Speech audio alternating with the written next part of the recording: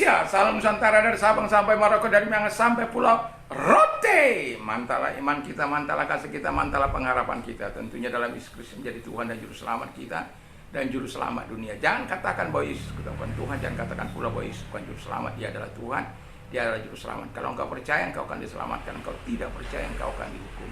Yohanes 3 ayat 36 dan Yohanes 14 ayat yang ke-6, Yesus sudah berkata, akulah jalan dan kebenaran dan hidup, tiada seorang sampai kepada Allah kalau tidak melalui aku. Mantap. Dan Petrus mengatakan dalam Kisah Rasul 4 ayat 12, dan keselamatan tidak ada dalam siapapun juga selain dalam Dia, Yesus Kristus. Karena di bawah kolong langit tidak ada nama lain yang diberikan kepada manusia yang olehnya kita diselamatkan. Haleluya, haleluya. Dan juga Paulus mengatakan dalam Kisah Rasul 16 ayat 31, percayalah kepada Tuhan Yesus Kristus, maka engkau akan diselamatkan, engkau dan seisi rumahmu. Puji nama Tuhan. Kiranya Tuhan memberkati kita di sore hari ini, dan semangat sore, semangat Roh Kudus, semangat Tuhan senantiasa menyertai kita. Dan sebelum kita mendengarkan firman Allah, harapan saya kepada kita semuanya, kekuatan Tuhan, kekuatan firman, kekuatan Roh Kudus, kekuatan doa, kekuatan iman akan terus menyertai kita mulai saat ini sampai selama-lamanya. Kiranya Tuhan Yesus memberkati kita, dan izinkan saya untuk berdoa bagi kita sebelum mendengarkan firman Allah. Terima kasih Bapa di surga, kiranya Tuhan dalam seri Jasadnya Kuasa Doa bagian ketiga ini dengan tema yang masih sama tetapi subnya berbeda. Di dalam nama Yesus kami bersyukur dan berdoa. Haleluya. Amin. Saya akan bacakan Kisah Rasul 9 ayat 32 sampai dengan 36. Demikian bunyi firman Allah. Pada waktu itu Petrus berjalan keliling mengadakan kunjungan kemana-mana. Dalam perjalanan itu ia singgah juga kepada orang-orang kudus yang di Lida. Di situ didapatnya seorang bernama Eneas yang telah 8 tahun terbaring di tempat tidur karena lumpuh. Kata Petrus kepadanya, Eneas, Yesus Kristus menyembuhkan engkau. Bangunlah dan bereskanlah tempat tidurmu. Seketika itu juga bangunlah orang itu. Semua penduduk Lida dan Saron melihat dia, lalu mereka berbalik kepada Tuhan. Oh, sampai ayat 35. Puji nama Tuhan. Masih tetap tema kita, dasarnya kuasa doa. Saya punya teman yang mengalami masalah utang piutang, sampai memperkarakan mau menangkap dia. Dia bukan nggak mau bayar, dia mau bayar, tapi kemampuannya membayar tidak ada. Itu masalahnya. Lalu saya datang kepada saya bilang siapa orangnya, dan kemudian saya datang kepada orang itu yang mengejar-ngejar dia, dan saya berkata, beri dia kesempatan. Kamu penjarakan pun dia nggak. Apa yang mau kamu dapat? Kecuali dia tidak mau bayar karena ada uangnya. Ini memang nggak ada. Mau apa kamu ambil? Udah kamu ambil semua apa yang dalam rumahnya. Di rumahnya sudah nggak ada apa-apa. Apa yang mau kamu ambil? Berikan kesempatan. Kalau kamu masih mau uangmu kembali. Pada akhirnya tidak jadi dipolisikan. Dan kita berdoa kepada keluarga ini, dan Tuhan itu begitu indah. Dari tadi dia memberikan, dipinjami, dia menjadi peminjam, memberikan pinjaman kepada banyak orang. Dia bermurah hati. Begitulah cara Tuhan memulihkan seseorang. Saya mengajak dia berdoa, sungguh-sungguh berdoa kepada Tuhan, sungguh-sungguh membangun hubungan dengan Tuhan. Kalau membangun hubungan dengan Tuhan, manusia kadang penuh dengan kemunafikan. Tapi jangan pernah kamu berbuat munafik dengan Tuhan. Sering saya katakan, Allah itu omnipresent, Allah yang maha hadir. The eyes of the Lord are in every place, beholding the wicked and the good. Mata Tuhan ada di segala tempat untuk melihat orang berbuat baik atau berbuat jahat. Dan dia juga Allah yang omniscience. Dia Allah yang maha kuasa. maha, maha tahu. Dia tahu segala persoalan, keadaan, ketidakmampuan. Dia tahu. Dia juga Allah yang omnipotent. Dia berkuasa untuk memenuhi segala kebutuhan. Nah, percaya kan enggak? Kalau nggak percaya ya sudah. Tapi kalau nggak percaya, lihat kasih dan kuasanya. Lihat betapa dahsyatnya kuasa doa yang kau naikkan kepada Tuhan. Nangis di hadapan Tuhan. Kapan Anda terakhir nangis di hadapan Tuhan? Kapan terakhir Anda nangis di hadapan Bapa di surga? Kapan? Kok saya bentar-bentar. Kadang kala orang gak bisa lagi nangis di hadapan Tuhan. Tidak bisa lagi mengeluarkan air mata di hadapan Tuhan. Aneh. Harusnya semakin dekat kita kepada Tuhan, semakin mudah kita jatuh hati. Semakin mudah kita menangis. Karena keadaan, situasi, kondisi.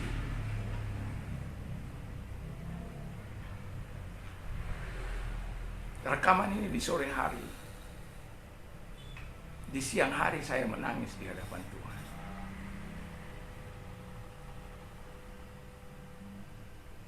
Yang mau saya katakan, jangan pernah takut nangis di hadapan Tuhan.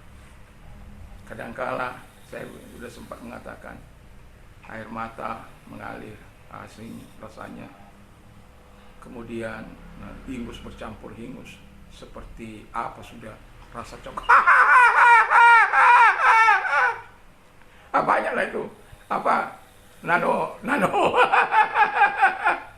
Kadang-kadang kita karena sudah gak biar sudah ngalir itu. Yang penting nangis saja di hadapan Tuhan. Itu. Kadang-kadang kalau kita akhirnya berhenti nangis.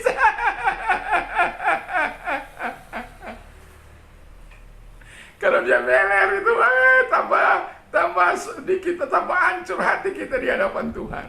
Ya puji Tuhan lah ya. Dari pertanyaan, dari pembacaan ini agak panjang ini mungkin.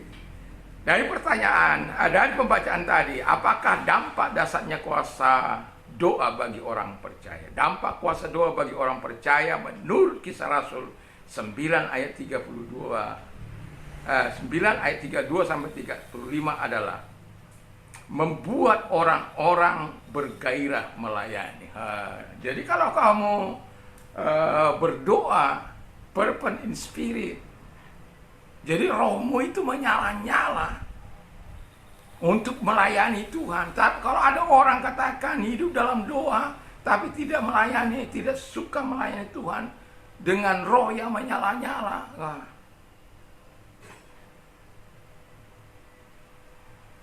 saya tahu pelayanan ini tidak gampang.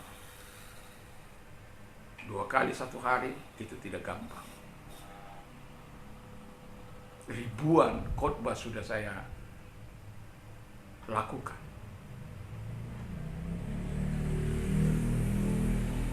Tetapi manfaatnya bagi saya adalah saya sendiri terbangun, saya sendiri dikuatkan, walau kadangkala jenuh juga.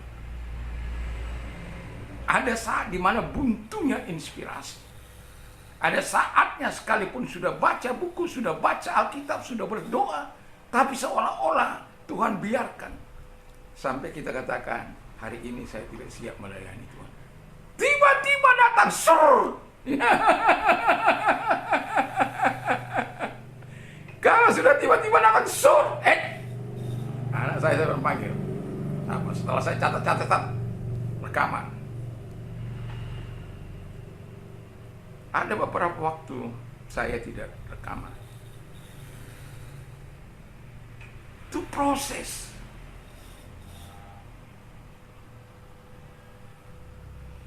Jangan pikir mudah, tidak. Saya selama ini suka menghimbau kalau sekarang ini saya tidak lagi mengatakan itu. Sudah mau Tuhan kerahkan mereka, mau Tuhan apa, yang penting tugas saya lakukan itu saja. Apa selama ini bisa saya kerjakan, itu saja. Kalau saya ada orang subscribe, terima kasih. tidak pun terima kasih.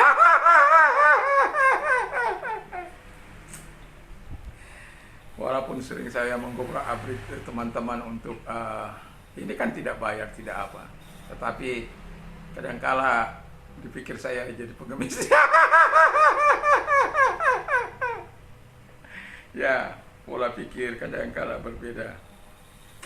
Nah, selamat sore bagi kita semuanya. Mau saya katakan di dalam apa ini, roh kita ketika kita di dalam dasar, merasakan dasarnya kuasa doa itu membuat orang bergairah melayani. Jadi seperti Petrus ini, ya kemana-mana dia pergi dan dia memberikan semangat, memberikan motivasi, memberikan hal-hal yang indah daripada firman Allah itu. Dan sekaligus juga kita dia hatinya penuh dengan belas kasihan. Dan kita lihat yang sakit, yang Alkitab katakan rostos itu, yang sakit itu kadangkala kita tahu bahwa kadangkala sakit itu ada pergumulan khusus. Saya tidak tahu bagaimana kalau kita sakit, apakah kita ngeluh ataukah kita menyerahkan diri kepada Tuhan, atau kita bersyukur bahwa kita oleh bidul-bidulnya aku sembuh. Dan saya bersyukur bahwa di tengah-tengah apapun, karena memang sejak 1 Maret 1987 sampai kapan saya mengalami sakit yang paling lama itu 35 hari, itu proses yang sangat panjang, yang sampai ingatan saya ini seperti bayi kembali yang berpakaian saja tidak bisa. Dan kalau lagi datang kumatnya itu, kalau lagi kumatnya kita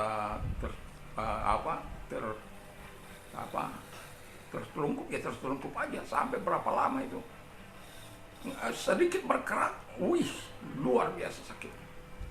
Apakah saya katakan kenapa ini, kenapa tidak? Kenapa saya sakit? Tidak. Ya kalau sudah arostos ya sudah. Tuhan, saya sedang arostos, saya sedang sakit. Saya gunakan iman saya tumpangkan tangan. Walaupun proses, tapi saya percaya bahwa Tuhan itu adalah Tuhan yang memegang janji. Dan itu sebabnya saya sangat tangguh untuk memegang janji Tuhan. Dan saya juga tangguh untuk memegang janji saya. Karena saya tahu Tuhan itu tangguh. Dan kita sebagai pengikutnya harus tangguh memegang janji Tuhan. Nah, kemudian dikatakan dampak kuasa doa bagi orang percaya yang kedua, kita bisa melihat kuasa kesembuhan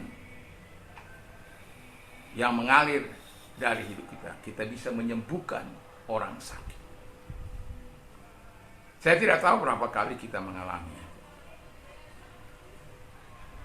Tapi saya kalau namanya orang sakit itu sudah sering. Bahkan yang divonis mati pun sudah sampai ada 3 kali. Yang satu masih bertahan hidup. 2 bertahan masih hidup sampai hari ini. Orang sudah angkat tangan, dokter sudah angkat tangan, hanya tinggal satu bijak berkata, ya kita berusaha, Tuhan yang menentukan. Tapi kalau ada dokter yang mengatakan, udah siap-siap aja malam ini dia akan pulang, wah itu mah menjadi tantangan iman tersendiri bagi saya. Dan saya katakan, malam ini saya berjaga-jaga. Siapa dokter itu? Saya punya dokter di atas segala dokter yang hebat. Masih Tuhan berikan panjang umur, berapa tahun lamanya. Gak usah kita mempenalti orang. Kalau engkau dokter, ya kita berusaha ya, misalnya kita serahkan kepada Tuhan. Jangan coba-coba mempenalti orang. Nah, jadi kita punya kuasa untuk menyembuhkan orang yang sakit. Seperti yang dilakukan oleh Petrus itu kepada Eneas. Bayangkan 8 tahun mengalami kelumpuhan dan sangat lemah. Dan Tuhan membuat sesuatu yang sangat luar biasa. Mujizat terjadi saat itu juga, itu bagian ketiga. Dampak kuasa itu kesembuhan atau mujizat dari Tuhan Yesus Kristus. Makanya Paulus katakan, saya baca di ayat yang ke 34. Kata Petrus kepadanya, Eneas, Yesus Kristus menyembuhkan engkau. Bangunlah dan bereskanlah tempat tidurmu. Seketika itu juga bangunlah orang itu. Wah. Jadi hubungan intim dengan Tuhan itu memberikan engkau pengaruh, kuasa yang sangat dasar. Eksusianya diberikan kepadamu. Jurisdiksinya, hak hukum untuk melakukan pembelaan bagi orang-orang yang sakit dari kerajaan Allah di muka bumi ini. Sama-sama seperti pengacara, walaupun dia S1, tetapi kalau tidak mendapatkan jurisdiction secara hak hukum untuk melaksanakan pembelaan, dia tidak bisa mengadakan pembelaan.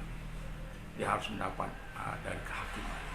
Nah, yang mau saya katakan di sini adalah bahwa kita sebagai orang yang percaya, kita punya otoritas, kita punya kuasa untuk menolong orang-orang dengan kuasa doa yang engkau miliki itu.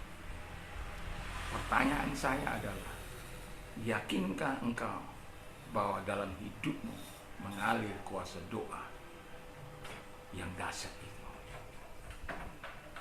Percayakah engkau dasarnya kuasa doa di dalam hidupmu? Percayakah engkau? Kalau engkau percaya, bersyukurlah. Kalau belum percaya, saya mau katakan, bangun hubungan intimmu dengan Tuhan. Berdoa, berpuasa, berdoa, berpuasa. Dan engkau akan melihat betapa meningkatnya imanmu, semangatmu untuk Tuhan, dan kegairahanmu untuk Tuhan. Dan engkau bisa melihat, wih, ternyata enak juga. Setan juga tunduk kepada saya. Bukan kepada Anda. Dia tunduk kepada Tuhan yang ada dalam hidup. Makanya kalau saya ngusir setan, saya bilang, setan, lihat pada saya. Lihat. Tatap mata saya. Udah, kau tatap, kau lihat. Kau lihat siapa yang ada di dalamnya. Setan itu tahu siapa yang ada dalam hati kita, bagaimana hidup kita. Dan pada akhirnya setelah dia lihat, mohon maaf kalau nanti ini terjadi sambungan mungkin kurang match, mohon maaf karena ini ada sedikit kendala, jadi ada sedikit putus. Nah, jadi kalau kita berdoa mempunyai hubungan yang indah dengan Tuhan, kita akan menikmati kuasanya yang begitu luar biasa. Dan hiduplah membangun hubungan intimmu dengan Tuhan. Tidak peduli kata orang apa, bangun hubunganmu dengan Tuhan. Bangun saat-saat tertentu, buat jam-jam tertentu bersama dengan Tuhan. Kau akan melihat hidupmu, pengaruh hidupmu di tengah-tengah keluargamu, di tengah-tengah masyarakat. Kiranya Tuhan memberkati kita dan rasakan dasarnya kuasa Tuhan kuasa doa bagian yang ketiga ini. Dan saya ingin kita hidup dalam kuasa itu. Tuhan juga ingin kau hidup dalam kuasa itu. Dan bukan keinginan saya saja, tapi itu juga keinginan Tuhan bagi kita semuanya untuk hidup dalam kuasa Tuhan, kuasa doa, supaya kita bisa menjadi berkat. Rindulah untuk bisa melihat orang-orang datang kepada Tuhan. Rindulah untuk melihat mujizat dinyatakan sehingga semakin banyak orang mempermuliakan Tuhan di tengah-tengah kehidupan yang semakin syarat dengan dosa ini. Mari kita berdoa. Terima kasih Tuhan. Kami percaya Tuhan senantiasa menyatakan kasih dan kemurahan dalam hidup kami. Dan kami mau hidup dalam kuasa doa itu Bapa di surga. Kami tidak sedang bermain-main, tapi kami serius untuk menanggapi hidup bersekutu dengan Engkau, membangun hubungan yang akrab dengan Engkau, dengan firman, dengan Tuhan. Terima kasih Bapak. Dan kalau engkau sedang sakit, apapun sakit penyakit, arahkan tanganmu kepada Tuhan. Dalam nama segala sakit penyakit yang mereka tidak keluar, dan oleh biru Yesus engkau sembuh, oleh kuasanya engkau sembuh. dan dalam nama Tuhan Yesus Kristus. Terima kasih. Dan kalau engkau sedang mengalami masa-masa yang sulit dan membutuhkan pertolongan Tuhan, datang pada Tuhan. Dalam nama Tuhan Yesus Kristus, segala sakit penyakit yang mereka keadaan yang mereka alami, Tuhan, dengarkan firman Allah. Marilah kepadaku, hai kami yang letih sudah berat, aku akan memberikan kelegaan kepadamu. Dalam nama Tuhan Yesus Kristus, engkau berikan kelegaan kepada mereka dengan menjawab apa yang mereka butuhkan, dan tolong mereka sehingga bisa mereka menikmati kasih dan kuasa-Mu dan pertolongan-Mu. Terima kasih, kami bersyukur dalam nama Yesus. Haleluya. Amin. Terpujilah Tuhan, dan Tuhan kiranya memberkati kita.